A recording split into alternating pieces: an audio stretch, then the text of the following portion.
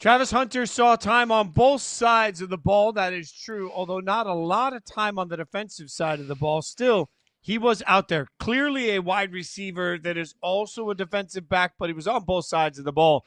There is no doubt about that. So we figured we'd take a look at some of the teams that maybe the weekend forgot about. Some of the teams that had middle-of-the-pack performances and try to figure out what to make of that with the coveted and copywritten, in our own minds, NFL Vibe Check on Yahoo Sports Daily, where we go through and we figure out what the vibes are like. So, Caroline, let's start with Travis Hunter and the Jags, because certainly the only reason most people were flocking to watch this game was because they wanted to see Travis Hunter on both sides of the ball. Had a lot of really big plays offensively. Was in for, I think, 6 snaps on the defensive side of the ball, targeted once. Not much of a workload, but what do you give the vibes there? Yeah, I mean, like every opportunity the broadcast had to show Travis Hunter, whatever he was doing, sitting on the bench, on the sideline, drinking water, in the locker room, going to the bathroom, like whatever it was, Travis Hunter. I'm like, they're kicking the ball off. Show the field, please. But I love Travis Hunter, for the record. I think the vibes are good in Jacksonville. They're obviously not great, not elite. Like if Travis Hunter had popped off for 120 yards, a couple of touchdowns, obviously the vibes would be through the roof. We didn't see that. It wasn't a bad day by any means. It just wasn't a ton of usage and a ton of pop off the box score kind of a game for Travis Hunter. So I think the vibes are good. The vibes are like a 7. That's not bad. You'll take it. It's a C, it's a 70%. That's average. And I think the vibes are kind of, average right now in Jacksonville. Optimistic. They get a week 1 win. You'll take that any day of the week. We saw some flashes from Travis Hunter, but it's not like it's a 10. It's not like it's off the charts, because we didn't have an off the charts kind of day. So good, solid, average, excited, optimism, all of those things are great. But it's not like a 10. It's not off the scale. No, it's not a 10, but a 7's a little too low. I'll give it an 8, maybe even an 8.5.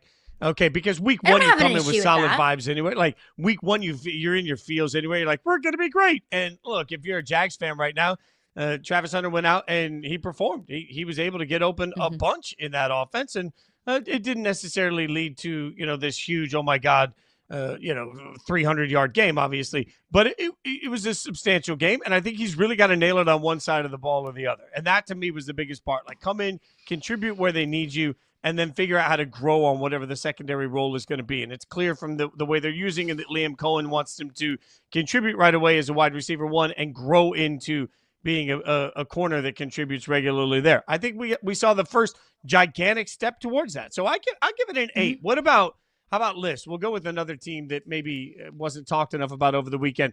Let's do a vibe check on Bo Nix and the Broncos. So the vibes index on Bo Nix and the Broncos.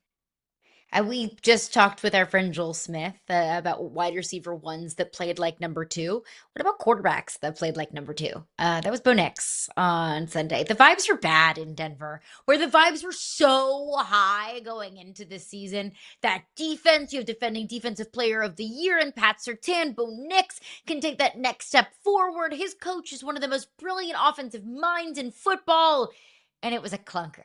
Week 1. That's not to say that Denver can't be great, that Denver can't, give the Chiefs a run for their money in the division. Of course, all of those things are still intact. But if we're just looking at week 1, the vibes are at like a 2, maybe a 3 max, because you won. And in the NFL, sometimes it's just survive and advance and get in the win column by all means necessary.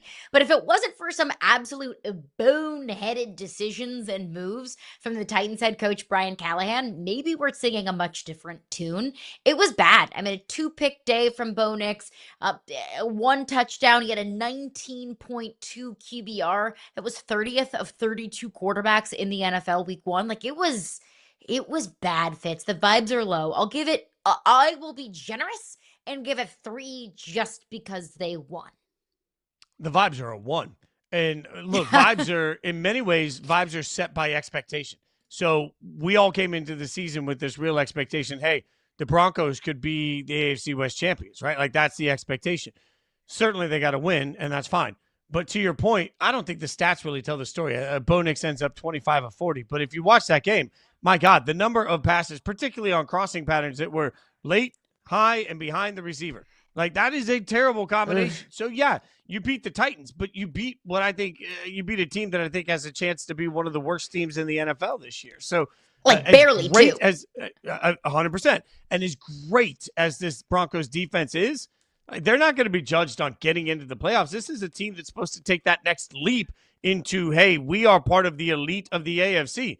Not with that version of Bo Nix, you aren't. So I'm always concerned, and anybody that's listened to anything I've said for years, I like 2 years before I fall in love with the quarterback. I like to see how the league adjusts to the quarterback in year 2, and how does the quarterback adjust to the league. This is only one game, but it's one game against a team that I don't think is particularly good. So has something been unlocked taking on Bo Nix?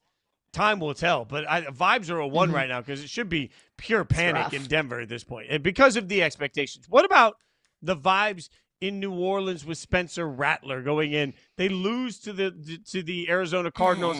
We're not surprised by that. What are the vibes? The vibes are so bad that a close loss to the Cardinals, who I don't think anyone expects to be great, actually makes the vibes better. Like, the bar is so low that a close loss against a bad team is like, okay, cool. At least we didn't get blown out. So overall, the vibes in New Orleans are like as low as they possibly could be. Maybe they're a little bit higher because it's like, hey, we're going to be so bad. We're going to have a top 2 pick. So cool. We're thinking ahead to April. Everybody's, on to Cincinnati. Everybody's thinking about January. No, chestnut checkers. New Orleans is thinking about April. But the vibes overall are like a 1, 2, maybe max because it was a close loss. But the vibes are bad. You are underselling, my friend, that I think the Saints fan base knows that the entire season is going to be trash. I started with the vibes at a 7. I might put the vibes at a 9 now. Why? Because you actually got to watch a decent look, here's the thing. Your team sucks. Your team sucks. So now I'm telling you, it's going to take 3 weeks. And those uniforms suck too. Saints to fans add salt to the wound. Your team sucks. The uniforms suck. Sorry, you have nothing. You might not even have our fan base. Your fan base is going to sit here and say, hey, it was a fun game. We didn't get blown out. Had a good time watching it. And we still lost, which helps our draft status because Arch is going to come out and he's going to be our quarterback. Like, this is what Saints fans are going to be doing, whether it's Arch or anybody else. They're going to be every week going to be like, yeah, no, we're happy we lost. I dealt with this last year at the end of the season.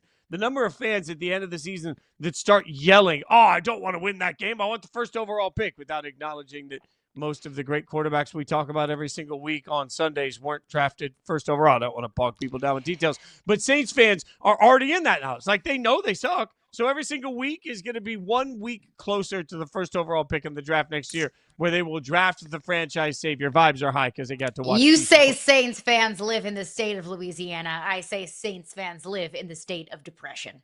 Because when you're talking about the draft in August and not November, like, that's how bad things are. Let's get one more let's check the vibes in this on the vibe index. And we'll each take a different side of this game. Let's look at San Francisco, Seattle. Big divisional game Sunday afternoon. I will let you take the winner's side. The vibes in San Francisco are? Ooh, the vibes are bad in San Francisco. And look, I was optimistic about this team.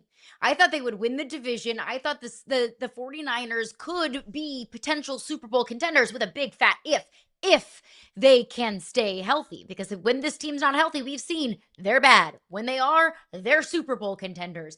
But now the vibes are bad because we just saw yesterday the report that Brock Purdy, his status is uncertain. He has a toe and a shoulder injury. George Kittle will be out for a foreseeable amount of time, or for the foreseeable future rather, with a hamstring injury. And hamstring injuries don't get better, especially when you're at George Kittle's age at 34, 35 years old. So it's like whoever has the 49ers voodoo doll just keeps sticking pins into it. Like, it's like the Oprah Winfrey show. Like, you get an injury, you're on IR. Like, this team just can't catch a freaking break. And now Brock Purdy joins the injury party. The vibes are like a 2 right now. But the vibes could be like a 9 if all of these players just so happen to get healthy at the right time.